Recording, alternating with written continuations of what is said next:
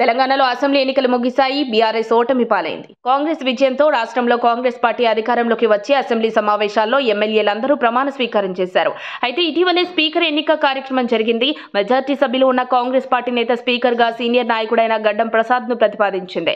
Revanth Reddy speaker nomination కార్యక్రమంలో పాల్గొని nomination పత్రాలపైన సంతకం చేశారు.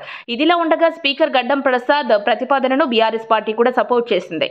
స్పీకర్ నామినేషన్ కార్యక్రమంలో BRS party working president KTR కూడా పాల్గొన్నారు. నామినేషన్ పత్రాలపైన సీఎం రేవంత్ రెడ్డితో పాటు ఎమ్మెల్యే కేటీఆర్ కూడా సంతకం చేసి ప్రతిపక్ష బీఆర్ఎస్ తరపున తన మద్దతును ప్రకటించారు. స్పీకర్ గా గడ్డం ప్రసాద్ మంచి పనితీరు కనబరుస్తున్నారని కేటీఆర్ తెలిపారు. ఈ విషయంలో కాంగ్రెస్ పార్టీతో బీఆర్ఎస్ ఏకీభవించడం శుభపరిణామంగా రాజకీయ విశ్లేషకులు చెబుతున్నారు. అయితే నేడు జరగబోయే అసెంబ్లీ సమావేశంలో ప్రతిపక్ష విపక్ష పార్టీల మధ్య ఎటువంటి వాదోపవాదాలు జరుగుతాయో వేచి చూడాలి.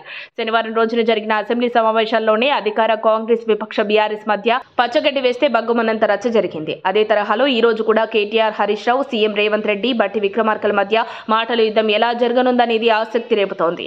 నేడు 5వ రోజు తెలంగాణ శాసనసభ సమావేశాలు జరగనున్నాయి. నేటి ఉదయం 11 గంటలకు సభ ప్రారంభం కానుంది. తెలంగాణ రాష్ట్ర ఆర్థిక పరిస్థితులపై శ్వేతపత్రం విడుదల అనంతరం లఘు చర్చ జరగనుంది.